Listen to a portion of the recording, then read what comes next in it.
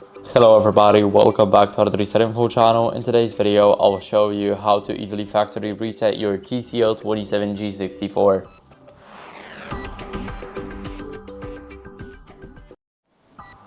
So first, let's head over to the settings right here. Now let's go over to the menu and here select the setting. Now here we need to scroll down and almost at the bottom we will have the factory reset. Now we can click on yes to revert to default settings and it will revert literally anything and everything. So as you guys can see, now everything here is different. Whenever we go back to the menu, we will see that everything's changed and it's not the same. So that's basically it. I hope this video helped you. If it did, then leave a like, sub and a comment, and I'll see you in the next one.